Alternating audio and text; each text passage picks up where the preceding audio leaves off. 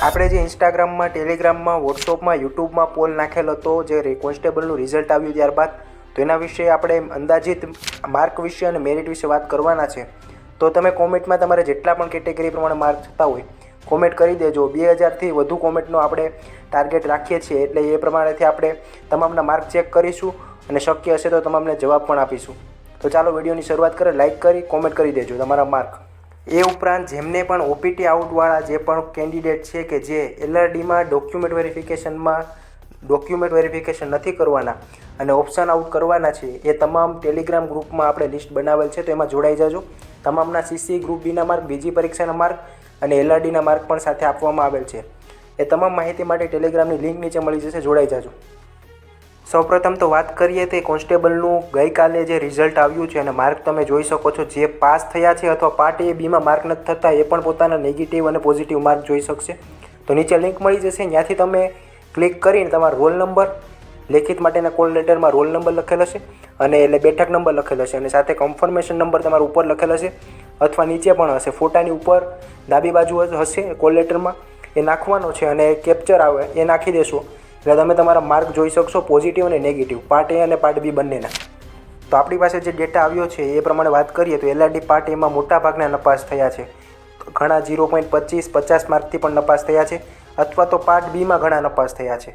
અને સૌથી વધુ માર્ક્સવાળા ઉમેદવાર 101થી 120 ખૂબ જ જોવા મળ્યા છે. સાથે ઘણા ઉમેદવાર બંનેમાં નપાસ થયા છે અને 11,000થી વધુ ઉમેદવારે કોન્સ્ટેબલની પરીક્ષા નહોતી આપી. તો આપણે ટેલિગ્રામમાં, વોટ્સઅપમાં, યુટ્યુબમાં, ઇન્સ્ટાગ્રામમાં તમામમાં પોલ નાખેલ હતો. એમાં પ્રોબેબલી મોસ્ટ લોકોએ જે 101થી 120 વચ્ચે ઘણા બધાએ સાચા પોલમાં જવાબ આપ્યા છે.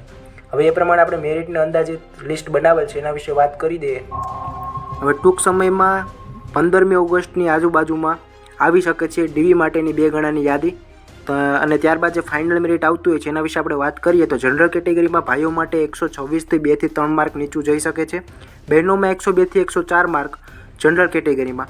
ઈડબ્લ્યુએસમાં 119થી 2થી 3 માર્ક તમે પાછળ લઈ જઈ શકો છો અને બહેનોમાં 95થી 101 માર્ક. હવે એસસીબીસી અને ઓબીસીના સૌથી વધારે પ્રશ્નો આવતા હોય છે કોમેન્ટમાં, અને નીચે કોમેન્ટમાં પણ તમે જોઈ લેજો. મોસ્ટ ઓફ માર્ક ઓબીસી કેટેગરીમાં 112, 110 એવી રીતે, કોમેન્ટમાં 104 એવી રીતે આવેલા હશે. સાથે વાત કરીએ તો 115થી 118 વાળા જે ઓબીસી કેટેગરીમાં છે ઉમેદવાર ભાઈઓમાં, અને બહેનોમાં 93થી 97 માર્ક.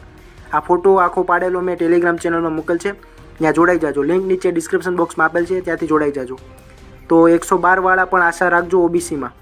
છેલ્લે આપણે ફાઇનલ મેરિટની વાત કરીએ છીએ, ડીવીની વાત નથી કરતા. હવે વાત કરીએ નીચે એસસી કેટેગરી માટે. તો આમાં પણ તમે જોશો કે 110થી ઉપરવાળા આશા રાખી શકે છે. સાથે 110થી 2થી 3 માર્કવાળા જે પણ હશે ઉમેદવાર, એ લોકો પણ ભાઈઓમાં પૂરેપૂરી આશા રાખો. અને સાથે બહેનો માટે 92થી 97 માર્ક એસસી કેટેગરીમાં, અને એસટી કેટેગરીમાં 108થી 111 અથવા 2-3 માર્ક પાછળ 105, 104 વાળા પણ તૈયારી રાખો. અને 89થી 91 જે 1-2 માર્ક તમે વધારી શકો તો એસટી કેટેગરીમાં બહેનો માટે આટલું મેરિટ રહી શકે છે. હવે આપણે વાત કરીએ સેફ સ્કોર વિશે. હવે સેફ સ્કોર તમારે કેટલો હોય તો તમારે ટેન્શન લેવાની જરૂર નથી કે કોમેન્ટ કરવાની જરૂર નથી. તો મોસ્ટલી આપણે વાત કરીએ તો જે લોકોને 105થી લઈને 110 ભાઈઓમાં માર્ક થતા હોય કે 105થી 110થી વધીને માર્ક થતા હોય એ લોકો સેફ સ્કોરમાં છે. અને બહેનોમાં 90થી જેમને ઉપર માર્ક થતા હોય તૈયારી પૂરી રાખજો. હવે એસટીમાં મોસ્ટલીને માર્ક થતા નથી, જેમ કે પાર્ટ એમાં એસટી કેટેગરીમાં ઘણાને માર્ક થતા નથી અને બહેનોમાં પણ ઘણા ઉમેદવાર છે કે જેને પાર્ટ એમાં માર્ક થતા નથી. અને જે લોકો અત્યારે હાલ 100થી ઉપર માર્કવાળા છે તમામને ધ્યાન દેવાનું છે કે જો ગઈ ભરતીમાં પણ ઘણી બધી જગ્યાઓ ઓપીટી આઉટના કારણે ખાલી રહી ગઈ હતી ને આ વખતે પણ ખાલી રહી ન જાય એ માટે જે ઘણા બધા ઉમેદવાર હાલ સારી એવી નોકરી મળી ગઈ છે સીસી ગ્રુપ બીમાં, શિક્ષકમાં, હાઈકોર્ટમાં, એવી રીતે ઘણી એવી જગ્યાઓમાં નોકરી મળી ગઈ છે. તો એ લોકો ઓપીટી આઉટનો આપણે ટેલિગ્રામ ગ્રુપ બનાવેલ છે, જ્યાં મોસ્ટલી એ લોકો આ એલઆરડીનું ડોક્યુમેન્ટ વેરિફિકેશન નથી કરાવવા, એ પોતાના માર્ક પણ લખે છે અને એલઆરડીના માર્ક પણ લખે છે. તો એ ગ્રુપમાં જોડાઈ જાઓ અને મેક્સિમમ એવા લોકોને જોડો કે જેથી તમારે 100 વાળા પણ ચાન્સ થઈ શકે. તો એવી રીતે એ ગ્રુપની લિંક નીચે મળી જશે. તો કેવા ઉમેદવાર કે જે અત્યારે હાલ ઘણી બધી એવી પરીક્ષા આપેલ હતી અને કે જેમાં આરએમસી, સીસી, ગ્રુપ એ બી, એએમસી, હાઈકોર્ટ, ડીવાયએસઓ એવી રીતે જે ઘણી બધી પરીક્ષાઓ આપેલી હતી એમાં ડોક્યુમેન્ટ વેરિફિકેશન કરાવેલું હોય અને સારી એવી નોકરી મળી ગઈ હોય એ લોકોને, અને બીજાના સપના સાકાર કરવા માટે એ બીજાના પરિવારમાં ખુશીના માહોલ માટે એમને આપણી ચેનલ દ્વારા વિનંતી કરવામાં આવે છે કે LRDમાં તમારા માર્ક થતા હોય સારા એવા અને નોકરી તમને સારી મળી ગઈ હોય તો OPT આઉટ કરાવી દેજો.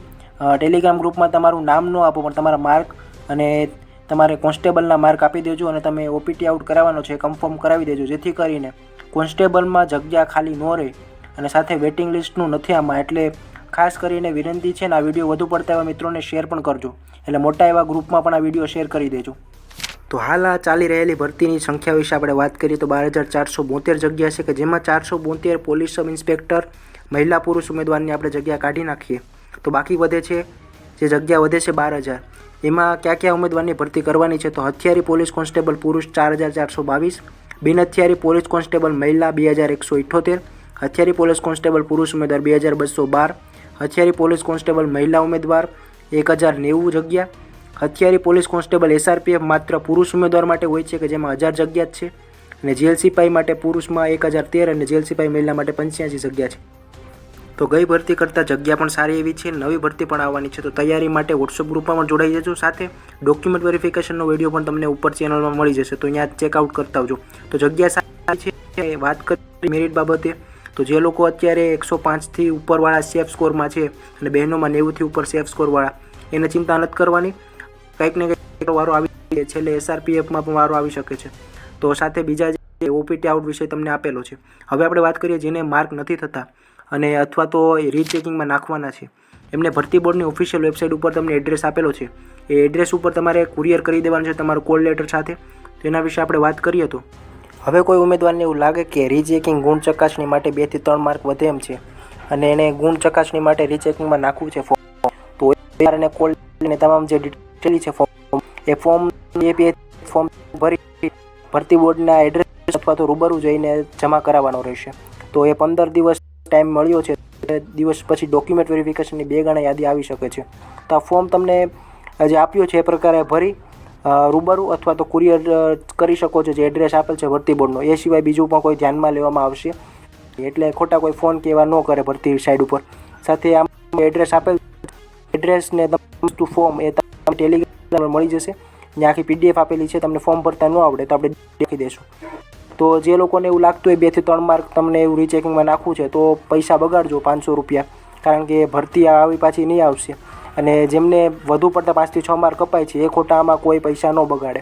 અને બીજું કે CCTV કેમેરામાં કે રેકોર્ડિંગમાં કોઈ ચકાસણીમાં ગેરરીતિ કરતાં પકડાય તો એમને નામદાર કોર્ટ દ્વારા દંડ કરવામાં આવશે અથવા તો ભરતીમાંથી બહાર કરવામાં આવશે. તો એવા ગઈ ભરતીમાં એવા ઘણા બધા ઉમેદવાર પકડાના હતા કે OPT આઉટ બીજાના નામનું કરી નાખ્યું, કોઈ સુધારા કર્યા હતા ડોક્યુમેન્ટમાં, પાછળથી પકડાના હતા અને લિસ્ટ આવી હતી આખી નોટિફિકેશનમાં, અને એ લોકોને 2 વર્ષ અથવા તો 2 થી 3 વર્ષ સુધી ભરતીમાંથી રદ કરવામાં આવ્યા હતા કે કોઈ પણ એવી સરકારી પરીક્ષામાં ફોર્મ ન ભરી શકે. તો ધ્યાન રાખવાનું છે. ને આ વિડીયો OPT આઉટ વિશે માહિતી આપેલ છે, તો એ માહિતી વિશે આ વિડીયો મોટા એવા ગ્રુપમાં શેર કરો, જેથી પોલીસ ભરતીની કોઈ કોન્સ્ટેબલ માટેની જગ્યા ખાલી ન રહે અને જે સારા એવા 100થી ઉપર માર્કવાળા છે એમનો પણ વારો આવી જાય. મળીએ નવા વિડીયોમાં, ત્યાં સુધી જય ભારત.